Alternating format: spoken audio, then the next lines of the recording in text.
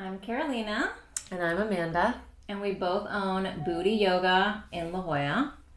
And we also own an online yoga business. And we created a workout called FlowLIFT. So we're going to tell you kind of the origins of how we got started in yoga and our path and to where we are now. Let's start with how I got into yoga. So I went to school in New Jersey, and the first time I tried yoga was with like some random person in college who took me, and I thought it was super weird. The guy who taught it was a hippie, really weird dude, and I was like, well, I'm never doing that again. I didn't know that So story. I didn't do yoga again until I was out of college, working at Morgan Stanley in the city, and it was just like a super unhealthy lifestyle because you sat at your desk all day, like from 7 a.m. till 9 p.m. There wasn't much time to work out, and it was pretty horrible. And someone was like, to kind of get rid of the stress and do something good for my body, they were like, you should try yoga. So I went to yoga at Equinox, which was like 2 blocks from my house. Again, thought it was super weird. Like, I was just like, why are yoga people so weird? Like, just not what I was used to. And I, again, didn't go back for a long time until 9/11 happened. And I just, realized, I could die any day. And I hate my job. And I want to do something that I love and that I get excited about. So Did you work like down there? I worked in Midtown. Okay. So we were like right in Times Square. That's scary. And we had offices downtown. Like Morgan Stanley was also downtown. Oh, that's right. So I was in the city when 9/11 happened, which was pretty awful. But, it changed a lot of people's lives. Like, they started thinking about their lives in a different way. And a lot of people moved out of the city. And for some reason, I just got yoga in my head. I'm like, I should try to give this yoga thing a chance again. And I just kind of made it like a goal to try to find the best yoga I could in the city. So I went to like 20 different studios, and I tried a lot of different teachers until I found my teacher, who was John Tamayo, and he was in Soho. And the first time I took his class, I was like, whoa. Right, I gotcha. This is yoga? Like, holy shit. Like, I felt so good, and watching how people controlled their bodies and moved their bodies was pretty amazing. And the things he said at the end, like, stayed with me for a long time. So I was like, okay, this is it. I want to do this. I want to teach yoga. And that was just kind of like the beginning for me. What about you? I actually kind of have a similar story. I started doing yoga in college because at Michigan State, and I had to take like two credit, basically PE classes. It was part of my liberal arts degree, and I took diving, like diving off diving boards, which was really cool. And I took yoga. And she was an Iyengar teacher, and she would kind of yell at us when we did stuff wrong, but I still liked it. I still like the discipline. Yeah. And I liked the breathing, and I hadn't stretched. I was an athlete in high school, and I was really tight. I could not touch my toes. But I liked the way that felt, like the stretching and the breathing. And I did feel like a spiritual element to it. And there were no yoga studios. This is like East Lansing, Michigan in 1997. At least I don't think there was a yoga studio. I had a book, and I actually did a lot of yoga from this book. Which one was it? I wish I still had it. It was very 70s. It was like some blonde lady. In a leotard? Basically, yeah. It was cool. I took it traveling with me, and I would sometimes do yoga. But then I moved to LA after I graduated from school, and I was doing yoga. I lived in the South Bay, and I went to this place, and the yoga was okay. And then my friend was like, you got to come to this guy's class. His name is Chappie. And it was this place called Harmony Yoga in Redondo Beach. And same thing. I was like, oh my God, this is it. Yeah. Like, it was 2 hours. He blasted music. So sweaty. And everyone in there, lots of men and women, just like fully letting go, Yeah. It just felt kind of primal. But at the same time, he was hilarious and not trying to be overly spiritual. He was like being himself and playing all sorts of music, and I went every day. Yeah, I went hard. Yeah, it just got me. Sucked you in. Yeah. right after I took that class in New York, I was like, this is what I want to do. Yeah. I quit my Morgan Stanley job. I took a nonprofit job working for this company called Near Scores. They did after school soccer and poetry programs for kids in like Harlem and Washington Heights. That's really cool. So I did that for 2 years. And during that time, I got my certification from that same guy in New York, John Tamayo. And then I met my son's dad, and he was living in LA. So I decided to move to LA to teach yoga full time. I was like, this is what I'm going to do. I'm not going to get like some side job doing waitressing or anything else. This is it. Like, I want yoga to be my career. And I taught like 18 classes a week, because that's the only way you can make money if you teach a lot of classes. And then I got good really fast because I was teaching every day, like multiple times a day. And then we moved to San Diego, and that's how I ended up in La Jolla. I had a similar, like I felt like I had a cool job. I worked downtown LA in a showroom. So like the go-between between the clothing manufacturer or the clothing designer and the stores. And I worked for this very cool woman. Her name's Suzanne Lerner. And I was a showroom assistant. And it was basically a sales job, which I'm not good at. And it just wasn't like... I can't see you. No, I'm just not good at it. I'm just kind of like, if you like it, then buy it. I just wasn't in my heart. Like, I wanted a job that, like, fed my soul. And I was like, I'm going to be a yoga teacher. And in LA, there were quite a few yoga teacher trainings, but, like, Yoga Works was number one. And you had to go to Matthias Roddy's class and Lisa Walford's class before you could get in. And they both were like, you can't take our yoga teacher training. You're not ready. Come back in a year. How things have changed with that. Now everyone's, like, fighting over students. So I found this other woman, her name's Diana Beardsley at Center for Yoga, and I kind of had to beg her. She was like, you're not really ready yet. And I was like, can I please, like, I want to be a yoga teacher so bad. And she let me in. It was like 3 days before it was starting. And Chappie, who owned Harmony Yoga, was teaching 25 classes a week. There weren't like as many yoga teachers. I feel like there was like, the market, I think, in LA was so saturated. This was 2004, 2003. Yeah, I guess I was 2001. Everybody who was an actor, your side job is being a waiter or being a yoga teacher. So I found that it was like just oversaturated. But I don't know. Well, you find your spot, like your neighborhood spot. And I still feel like that. Like, if you really want to teach, go to the studio you love and go to class all the time. That's how you get a job from us. Yeah. Like, someone just emailed me a resume the other day. I was like, it's hard when you don't know what come in type of person you're and dealing with. do a bunch of classes. Yeah. But yeah, he was desperate. Maybe because we weren't in LA proper. That's true. Yeah. It was Hermosa. I wasn't like competing, like trying to get a job at like deep in West Yoga Hollywood. Works. Yeah. Or, that's Santa hard. Monica. That is. It's like still people trying to be like famous yoga teachers. So who did you study with in LA? My first training was with that Diana Beardsley woman. She ran it, and it was like Anusara focused. And every weekend was a different style of yoga. So it was 8 weekends. And like one weekend we had an Iyengar weekend with, I feel like his name was like Paul Cannabis. I don't know. I forget his name. He was cool, little like skinny guy. Desiree Rumbaugh was part of my training, who became one of my favorite teachers for a really long time. And I don't really remember a lot of the other people. But then I became very, very obsessed with Shiva Ray. Mm-hmm. And I would go to her class all the time. And I took another training from her. And then I got my 300-hour actually after I moved to San Diego in LA at Loyola Marymount. You went like one weekend a month for 2 years. Dang. Yeah. It was good though. Yeah. I did... I studied with that guy in New York, John Tamayo, Dharma Mitra, who's also in New York, and then I was obsessed with Brian Kest in LA, Santa Monica. That's a good person to be obsessed with. And Stephen Earth in West Hollywood, Andrea Markham, who also taught there at Stephen Earth's studio, and Allie Hamilton, who taught there also, they all opened up their own place, so like, which none are there anymore. Right. None of them are there anymore.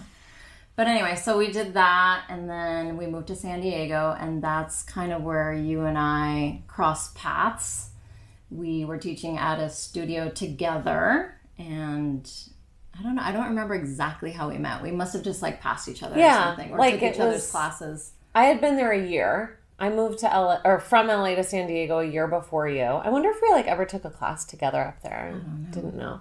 But and I just remember I was like the new teacher in town, and everybody was like excited about it at Prana. And then she came a year later, and then everyone was like excited about you. Were you jealous? Yeah, totally.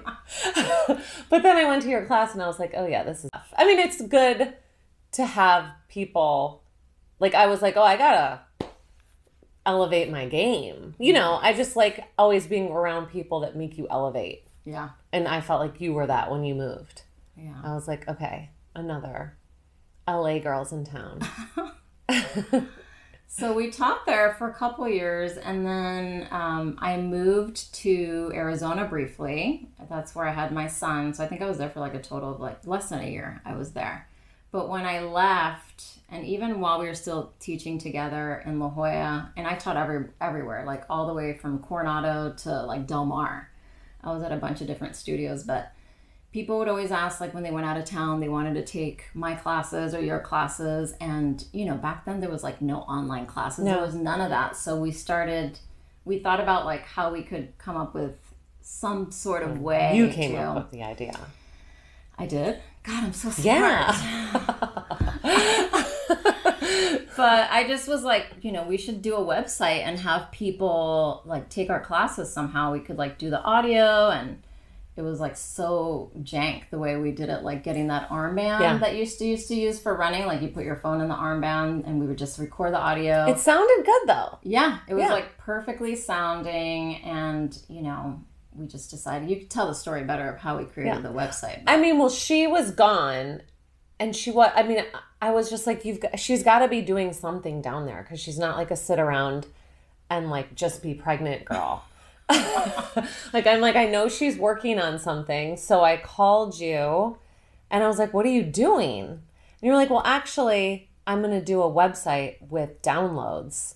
And I was like, well, I want to do it with you. And you're like, well, I've spent $600 so far, and I owe this dude $600 for like some kind of programming. And so that began our 50-50 $600 partnership. Yep. And it's been 50-50 on everything ever since. And then you moved back to San Diego, and we started, we just started recording. When you moved back, we worked at La Jolla Yoga Center. Yeah. And so we worked at a different place, a new place that had opened up, and we wore the armband, recorded all of our classes just as we taught them. So we didn't have to do like extra work. No, and we sold it for $10 each $10 download. For a download. And we sold a lot of them. And I still have students that have them. Yeah, me too. And use them still. So it's like, you know, they know every word, every joke. Yeah. Like, right. It's like, hilarious. God, I want to listen to one of those. Yeah, so those are still around, but I can't remember when we added video. Like, we were like, okay, like, audio's great for people who already do yoga, but people who are beginners to intermediate, sometimes they need that a visual. And it was like for only people that knew our style. Yeah. Like, you kind of can listen, but if you've never taken our class before, I think you need a visual. That was 2012 when we did a new site with video. I believe that was when. Yeah. So that's 10 years ago. Right. And it was getting more popular, like online yoga. Yeah. Yeah. We definitely had some competition. We've always had a lot of competition, but we would record the classes. Like, we have a lot of very wealthy clients in La Jolla who have beautiful homes. And so we would just ask them, like, hey, do you mind if we record? Sneak into your backyard. Yeah. We would sneak in at like 6 a.m. to go shoot, because the later it got, the worse the lighting got. And then there was like, you know, airplanes and gardeners. Gardeners and are the all that biggest stuff. And like, it would just like kill our videos. But they're beautiful, and I would talk behind the camera while Amanda was demoing, or vice versa. And we just kind of built up our library that way. And eventually La Jolla Yoga Center closed, and we were just like, okay, what are we going to do? Are we going to go back to teaching all over San Diego, driving everywhere? Like, you know, what should we do? And everyone was telling us, you guys should get together and open up a yoga studio. And I was like so anti that idea. Like I just never wanted to be tied down by a yoga studio. I liked the flexibility of like being free. Being free, no stress, like, you know, just much easier to kind of bounce around. But the thought of going back to that was like awful. Yeah. So we kind of had no choice. Yeah. And we found the space in like 2 seconds. It all fell into place. We raised money. Like we sold memberships and class packs before we even opened. People were super, super supportive. Yeah. Like our students in La Jolla, we couldn't have done it without them. Yeah, we had that following that made it a lot easier. Like we weren't just some randoms coming to La Jolla to open up a place. So right. We put in the work. We put in the time. Yeah. And it was really tiny. Oh my God, I forgot about that. We had a really small space. I remember a couple people were like, we'll be back when you get a bigger space. Like they didn't even want to do yoga in there. Like we went from this big, beautiful studio to a tiny space where like you're definitely going to have a foot in your face. Totally. And people would have to be in the boutique and like outside, which was great. I mean, it's great to have too many people, but then after not even a year. No, it was like 7 months exactly. Yeah. Within 7 months, we expanded so much. Yeah, huge. Tripled. Yeah. We tripled the space. And now we can fit like 80 mats. We fit 80 mats one time for Brian Kest. And I think I love the studio. Obviously now it's like become my second home and I'm there every day. But it's nice to see how like everyone came together and they're all friends, and we wanted to create a place that we wanted to hang out at. So we didn't want it to be like this place that's trying to be spiritual. Right. By like having a bunch of Buddhas or tapestries or whatever, you know, all the stuff that the studios that I went to had.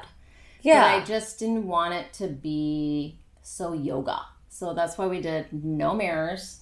We did there's no religious symbols. No, there's no decor really anywhere. It's like that's just true. Beautiful clean walls.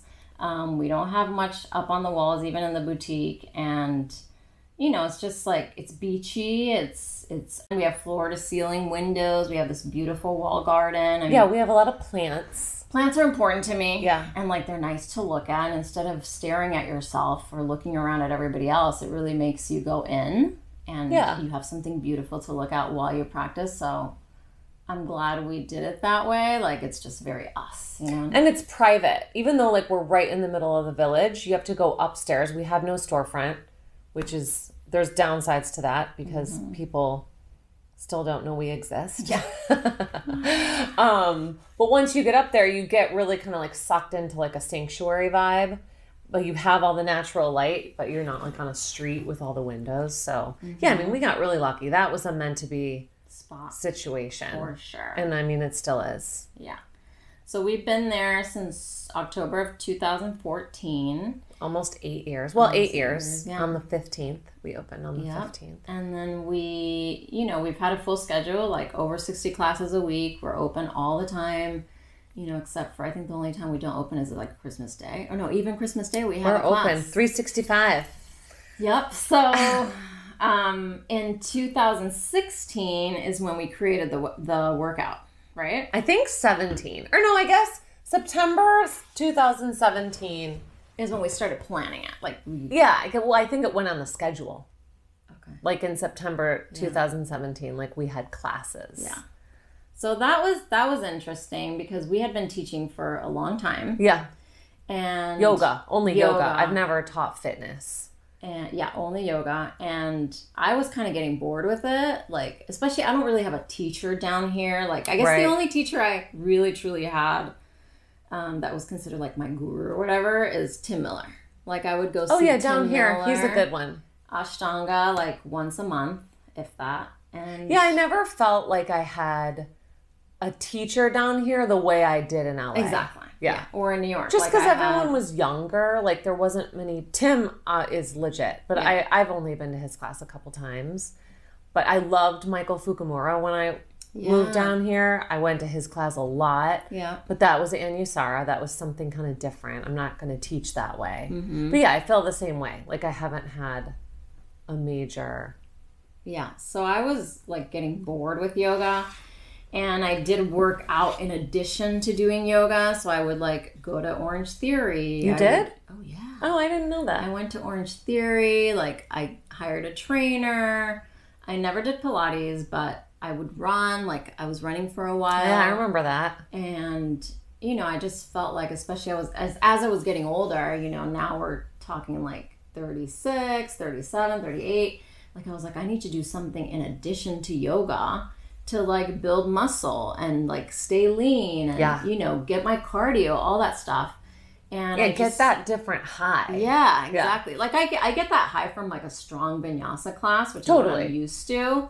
But it's not the same as like when you're like dripping sweat and like huffing and puffing. You know, it's very different. So I had a couple of different people, including my husband, tell me like, dude, why don't you just copy what Core Power is doing? Like they have that workout class and people love it. And, you know, I was like, maybe we should. Like all our students were going somewhere else to do their workout. And then they would come to our classes to stretch. So it's like, why not have both? And we were going through that at the same time, I felt like. Yoga always kept me in shape. And like it wasn't working anymore. Yeah. Because I do care about being in shape. Me too. Like I want to have muscle. I want to be lean. Like I like that. Yeah. Well, and if I'm taking good care of myself and eating right and not drinking too much and exercising, I feel great. Mm-hmm. And I also look the way I want to look. Yeah. Like it all, like I don't have to do something destructive to look the way I want to look. I have to take really good care of myself. Yeah. And I like looking cute in yoga clothes. Like I like crop tops. And I mean, I can't wear crop tops. I want to dress like I'm 25. Exactly. So. And that's, I mean, I'm slowly inching towards that time where I'm like, shit, how much longer can I wear my crop tops? You know what I mean? Like I think maybe over 50 I'm going to cap it. Right. We're going to have to ditch the crop tops. Maybe not. Maybe I'll be see. 65 and still doing my crop tops. We'll see. But I really got excited about doing this new workout class. And I was like, no, we're not. You were? I was just like, oh, she's not going to shut up about this. And she didn't. And I'm so glad you didn't. But I was just like, seriously, you want to make up a workout? Like, and I had the same people. In fact, I even had someone be like, I heard you guys are starting a workout class. And it was before we had even talked about it. I'm like, where'd you hear that? It was weird. It was like, again, the universe was like conspiring to make us make up a workout. But it was funny because neither of us know much about workouts and fitness. And I mean, I always worked out, but I don't know. I needed someone else to lead me for sure. Yeah. And I was only like yoga person, like that tone of voice, that sort of vibe. Like I don't yell at people to move, or I didn't. Now I do. Yeah. So it was quite a shift, and it was pretty comical. Like I wish I had video of us trying on these ankle weights. We were like, okay, well, we're gonna need hand weights, and Core Power does hand weights. But they don't do ankle weights. Yeah, we thought that'd be like one of our points of difference, which I feel like it is. And we bought like 10-pound ankle weights, which is insane. Mm-hmm. And we had like 5 to 10-pound hand weights. I remember using like 8-pound dumbbells. That's what I use at the gym. You know, like if I'm doing bicep curls or whatever. And I hadn't done much sculpt. Yeah, I'd never did sculpt. To this day, I've never done a sculpt class. I've done, I think, one Core Power sculpt. And it's very different from what we do. They do like jumping jacks. You know, when you don't have ankle weights on, you can jump all around. Yeah. So I think the ankle weights really dictated our smoother style. And people told me, like, go take the Core Power class, see what you think. But I didn't want to be influenced by it. And I took it. So, like, I think it was good that you didn't go. Yeah. I just was like, I don't want to do anything they're doing. Like, I just want to create our own thing. And the first couple times we got together to try to practice, like... When we would, like, look at the internet. Yeah. For moves. I mean, we had to. I mean, there's so much content to find different moves. Yeah. And but just a lot of repetitive, sort of boring... Isolated movements. Yeah. Isolated. So, like think like hands and knees with a donkey kick 10, 15 times, right? With like 10-pound ankle weights. It was so boring. I'm like, who's going to come to this class? Like, this is boring. Right. I think it all changed when we had a friend show us these different types of moves, like that were smaller weights and full body. Yeah. Like your one arm's going this way, another leg's going the other way. You know who I looked at a lot when we were like doing that was Cameron Shane.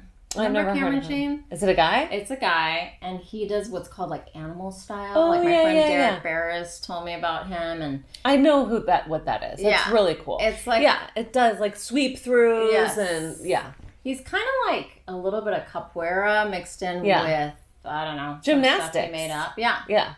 And so, like, that was exciting to me. Like, doing these moves that require your brain to work, you know, like where you have to coordinate your whole body to do one move. And it's full body, it's core, it's legs, it's everything at the same time.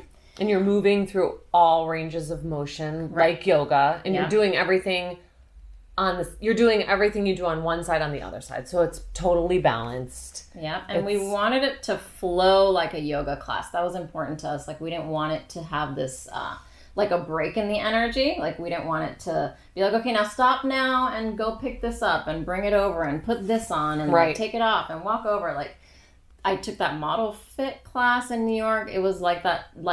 And I didn't want that. I feel like it gives people unnecessary breaks. Yes. It's like coddling people kind of. Yeah. Like, I don't even say grab water. Yeah. I mean, if you want to grab water during FlowLIFT. I drink water all the time during FlowLIFT. Yeah. But it's like, it's nonstop, like a vinyasa class on steroids. Yeah. So, and it's 45 minutes, which is short. It's quick. There's no breaks. There's no, no pausing of the energy. It's high energy the whole time. And I think once we nailed the format, it was like we had it. Like, we wanted it to kind of flow like a sun salute, and you're in and out of poses. You almost don't even realize when you switch moves because it's so seamless. The transitions are so seamless. And you do so many moves on one side, and then you go back, so you really burn out muscles, which with low weight is how you grow muscle. You got to burn them out. If you're not using like super, super heavy weight. Yeah. So we've been teaching that since 2017. And I mean, I became addicted right away, just like yoga. I'm still addicted. Me too. I absolutely love it. Stop. I feel like I couldn't live without it. Like I feel like I can't live without yoga. For sure. And the combination of both, I think, has been great for our studio because there's a lot of people who maybe aren't as interested in yoga who will come and take the workout class, and they're consistent with it. You do it 2 to 3 times a week. You know, you feel good. You get leaner. You get stronger. You get more agile. And there's even guys that take it. So. Yeah. More men should take it, I think. I mean, men don't get that type of movement as much. And I think their hips get stiffer and their shoulders get stiffer and their spines get stiffer. I mean, yoga too does, both of them do that. And it's not, I don't think it comes as natural to a man as it might to a woman, but to me, that means they need it even more. For sure. And so we've been teaching that for, I don't know how many years. Since 2017, so 5 years already. And 6. Now we're in the process of combining all 3 of our websites. So we have 3 websites, one for the physical yoga studio, one for the online yoga, and one for the FlowLIFT. And we certify teachers in both yoga and FlowLIFT. And our FlowLIFT certification is online, so you can take it from wherever you are and get certified that way, or come and take our training in person. We've done 2 trainings in Mexico, or one? We've done one training in Mexico. Other people have led them. In Monterey, and then we have a girl in Monterey who did her own. And then, so we're combining all 3 websites, and hopefully by the end of this year, definitely by the end of this year, we will have one website called Booty Moves, which has everything on there. Information about the physical studio, the online FlowLIFT, the online yoga, the certification programs, all that just in one place. And I think what I'm most excited about is that it's going to be eventually gamified so that it's actually fun to keep track of your workouts and keep track of how many yoga classes you've done and get rewards and points and all that stuff, and like leaderboards, more community engagement within the website and on social media. So that's kind of what I'm most excited about. Me too. And I think that also brings us to why we're doing a podcast. I think we've both been doing this for so long now, just like teaching and in the yoga world. And we've blogged a lot. Yeah, we've always been writers. Yeah. But I just feel like I'm getting more and more interested in just talking to different people and talking to different experts about areas that might not be specifically yoga and fitness, but I mean, yoga and fitness as well. Yeah. And just like lifestyle. And I feel like I have a lot of questions about a variety of things that I can't find answers to. So I would love just to interview. To explore it. Yeah. Some people. What are you kind of most interested in now, like right now, like about sharing with other people through the podcast? I mean, I think sharing what really works for us. I forgot, we came up with a tagline. What was it? Straight up fitness and yoga? Yeah. Like, we see a lot of fluff out there and a lot of misinformation. Yeah. So I think for our own questions and really digging deep and finding good people to talk to about getting better information about whether it's yoga, fitness, or anything lifestyle, even nutrition. Like, I would love to have Corey on here talking about food and just getting answers and getting more, better information. Yeah. I feel like what's out there. In the wellness world right now, people are spending so much money. And I think people are spending a lot of money on things that don't work. And I think there's like a lot of people lying about what they're selling. And I feel like it's hard to find the truth. Yeah. And I think a lot of times you don't need to buy something. You might just need to like take something away. Like, don't drink so much and you'll sleep. Rather than like buying, I don't know, or even just like some powder with something in it that doesn't actually work but was $50. Right. I mean, I feel like things are simpler than they're being portrayed to be. Yeah, and I think that was what drew me to like working with you, is that you're very real. And I've always been turned off by like people and teachers who try to be more than what they are or something other than what they are. Yes. They're just like overcomplicating yoga. Yeah. Overcomplicating everything, really. Like, it doesn't have to be that deep, and it doesn't have to be that like what's arranged, Yeah. It should just be like straight up, like straight up. What is it? What do we do? How do we feel better? All that stuff. Yeah, I agree. So, and I feel the same about you. And that keeps going after all these years. Yay! So I am excited to do this and get some interviews with other people. Yep. So this is kind of like our intro. So you get to know us a little bit better and where we're coming from, so that you have kind of like a frame of reference for when we're interviewing other people. Yeah. And please let us know topics that you'd like us to cover. Yes. Or people you'd like us to interview. Yeah. Yeah. And thanks for listening to this first one. Totally. Should we promote ourselves, like what we sell? I mean, yeah, sure. Yeah. We have the studio in person. If you live in La Jolla or San Diego, Büddhi Yoga. Online, we've got the workout at FlowLIFTfitness.com. We've got online yoga classes at yourbooty.com. The name Büddhi is spelled just like Buddha, but with an I, so Buddhi, which is, I didn't even think about that when I came up with that name, that it would be so hard to spell and for people to remember, but we're keeping Büddhi, it means wisdom, so I loved that, and I loved how it could be playful and fun, and like nice booty, Yeah. I love your booty. And I do like the meaning of booty. It's like wisdom through experience. Yes. So exactly. That's what we're hoping to share. Yeah.